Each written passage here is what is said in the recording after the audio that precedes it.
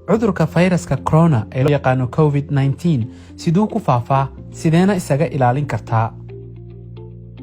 COVID-19 waa cudur faafa oo uu dhaliyo fayraska corona oo ku cusub bani'aadamka.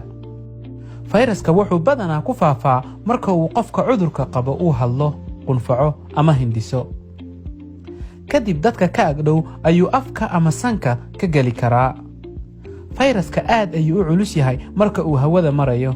qiyaas ahaan 1 mitir kaliya ayuu ku dhex socon karaa. wuxuuna durbadiiba dul degaa meel kasta oo celisa. sidaa darteed ayay badanaa dadku isugu gudbiyaan kaliya markay istaabtaan. weli lama oga muddada saxda ah ee uu fayrasku ku noolaan karo meesha uu ku dego. sidaas darteed ayay muhiim u tahay in mar walba la nadiifiyo goobaha gaar ahaan meelaha ay joogaan dadka uu ku dhacay cudurka COVID-19. gacmaha waxay taabtaan meelo badan oo laga yaabo inuu ku jiro fayraska.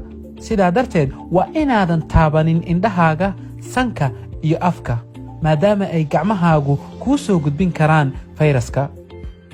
marka aad qunfacaysid ama aad hindisaysid, gacantaada ku dabool afka ama isticmaal istiraasho kadibna ku tuur qashinka. sida ugu fiican ee lagu xakamayn karo faafidda fayraska corona waa in had iyo jeer aad gacmahaaga ku dhaqdid biyo iyo saabuun. sidaas ayuu ku dhimanayaa fayraska hadduu gacmahaaga ku jiro. ku dadaal caafimaadkaaga kana qayb qaado xakamaynta faafidda cudurka COVID-19.